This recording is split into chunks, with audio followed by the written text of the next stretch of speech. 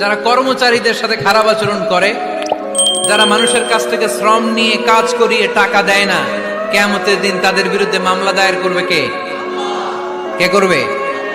হাদিসে কুদসি সাক্ষী বিষ্ণু ঈসা ইসলাম বলেন, আল্লাহ তাআলা ফরমান, আনা খাসমুহুম সালাসাতুন আনা খাসমুহুম ইয়াউমাল কিয়ামা।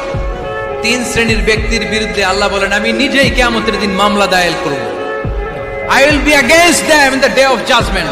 Three categories of people I will be against them in the day of judgment. তিন শ্রেণীর লোক কিয়ামতের দিন তারা ছাড় পাবে না।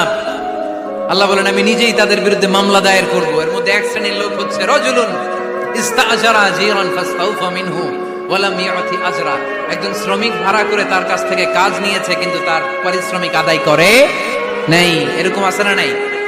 দাপট দেখায়।